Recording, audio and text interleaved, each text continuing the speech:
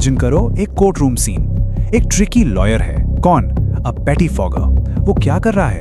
एक मलिशियस यानी पूरा प्लान बना रहा है। So he is a schemer and intriguer और उसके चेहरे पे बिल्कुल शर्म नहीं है। Let's take a mental snapshot. अपने दिमाग में एक पिक्चर बनाओ। एक छोटा सा गांव, क्या बोलते हैं उसको? यस, अ हैमलेट। उसमें एक प्राउड घमंडी आदमी कैसे बात कर रहा है? हॉटिली। और उसका जवाब कैसा है? Short and rude. Hello students, welcome. आज हम ना वोकैबुलरी सीखने का एक बिल्कुल नया और इंटरेस्टिंग तरीका देखेंगे। रट्टा मारना बंद, कहानी सुनना शुरू। रेडियो? एक कहानी सुनोगे? ऐसी कहानी जो आपको 50 से भी ज्यादा नए वर्ड्स सिखा देगी, and that too almost effortlessly. Trust me, इसके बाद वर्ड्स आपके दिमाग में अपने आप फिट हो जाएंगे। Okay, let's dive into this. Okay, so हमारी कहानी शुरू होती है एक छोटे से गांव से जिसका नाम है विलो। गांव को इंग्लिश में कहते हैं हैमलेट। तो इस विलो हैमलेट में सुबह सुबह का टाइम है। वहाँ पे मीरा, हमारी मेन कैरेक्टर, घर से बाहर निकलती है और उसकी मुलाकात होती है उसके पड़ोसी नोलन से। अब देखो, मीरा तो थ्रिफ्टली चल रही है, पर नोलन ने उससे हॉटली ग्रीट किया और जब उसने कुछ पूछा तो नोलन ने कर्टली जवाब दिया। अब ये थ्रिफ्टली, हॉटली, कर्टली क्या है, चलो एक एक करके समझते हैं। देखो, आते हैं पहले वर्ड पे, हॉटली। कहा ना नोलन ने उसे हॉटली ग्रीट किया। इसका मतलब होता है बड़े घमंड से, एकदम प्राउडली, जैसे वो मीरा से कितना सुपीरियर हो।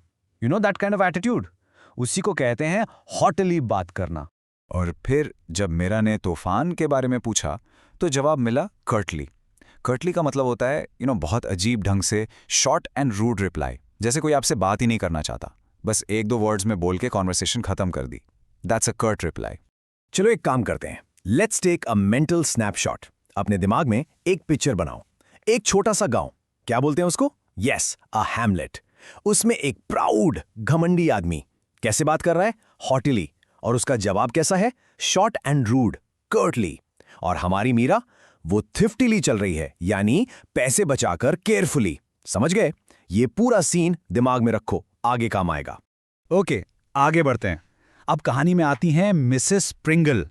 हर गांव में, हर मोहल्ले में एक ऐसी आंटी होती है ना, जो सबके मामलों में टांग अड़ाती है। बस ये वही हैं। और कल तो उन्होंने हद ही कर दी। हुआ ये कि उन्होंने लोगों से आर्म्स कलेक्ट किए। आर्म्स मतलब सिंपल दान, चैरिटी। जो पैसे या खाना हम जरूरतमंद लोगों को देते हैं ना, बस वही। और पता है ये आर्म्स क्यों कलेक्ट कर रही थी? उनका दावा था कि उन्हें एनलाइटनमेंट मिल गया है, मतलब उन्हें ब्रह्म ज्ञान हो गया है, स्पिरिचुअल नॉलेज की पीक पे पहुंच गई हैं। Seriously, can you believe that? तो गांव वालों को क्या लगा?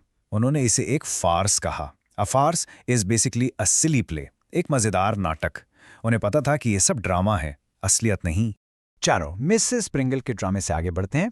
अब स्टोरी में एक रोमांटिक ट्विस्ट आता है। दोपहर का टाइम है और एक लड़का है जो एक लड़की से शादी करना चाहता है, लेकिन एक प्रॉब्लम है।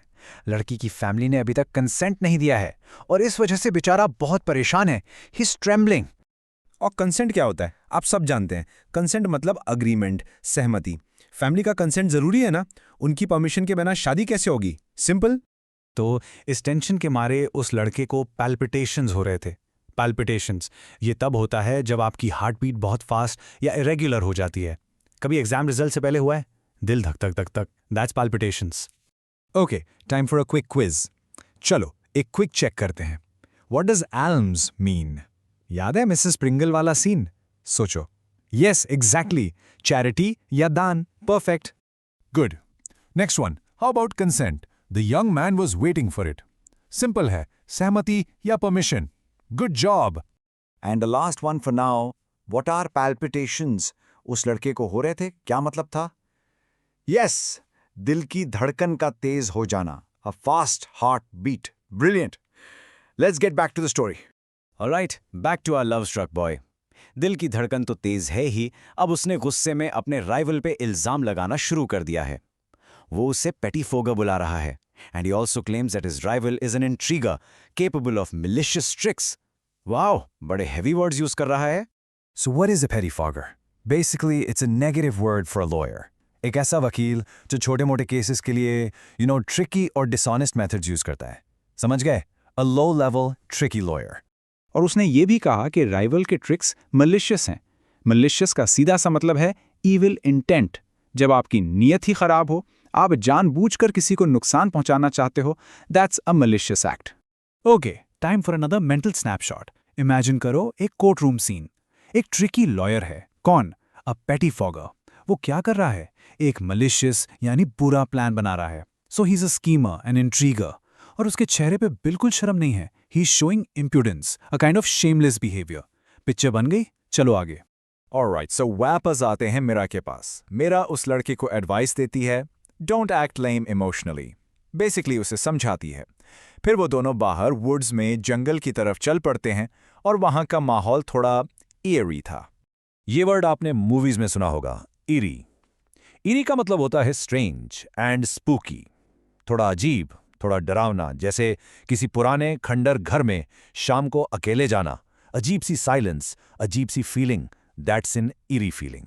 तो वहां उस ईरी साइलेंस में मीरा उस लड़के के दुख को, उसके ग्रीफ को सेंस कर सकती थी। और फिर उसने उसे एक आखिरी बट बहुत इंपॉर्टेंट सलाह दी। उसने कहा, don't be a prodigal lover. अब प्रोडिगल का क्या मतलब है? देखो, प्रोडिगल उस इंसान को कहते हैं जो चीजें वेस्ट करता है, रेकलेसली स्पेंड करता है। जैसे प्रोडिगल सन की कहानी सुनी होगी, जो सारे पैसे उड़ा देता है। तो यहां मीरा कह रही है कि अपने इमोशंस, अपने प्यार को ऐसे वेस्ट मत करो। Give love wisely, not wastefully. Deep है ना? सो देखा आपने कितना आसान हो गया एक सिंपल सी कहानी से इतने सारे नए वर्ड्स सीखना, राइट? अब आपका होमवर्क सिंपल सा 3 स्टेप प्लान है। पहला, इस स्टोरी को एक बार और देखो। दूसरा, आज ट्राई करो इनमें से कोई भी 5 नए वर्ड्स अपनी कॉन्वर्सेशन में यूज करने की। और तीसरा, सबसे important, create your own short story using these words. Believe me, you will become a vocabulary master in no time. और हाँ, हमेशा याद रखना, words are not just for exams, सिर्फ मार्क्स के लिए नहीं है। They build the story of your life. आप जैसे वर्ड्स यूज करते हो वो आपकी पर्सनैलिटी, आपकी सोच को रिफ्लेक्ट करता है। So keep learning, keep growing. All the best.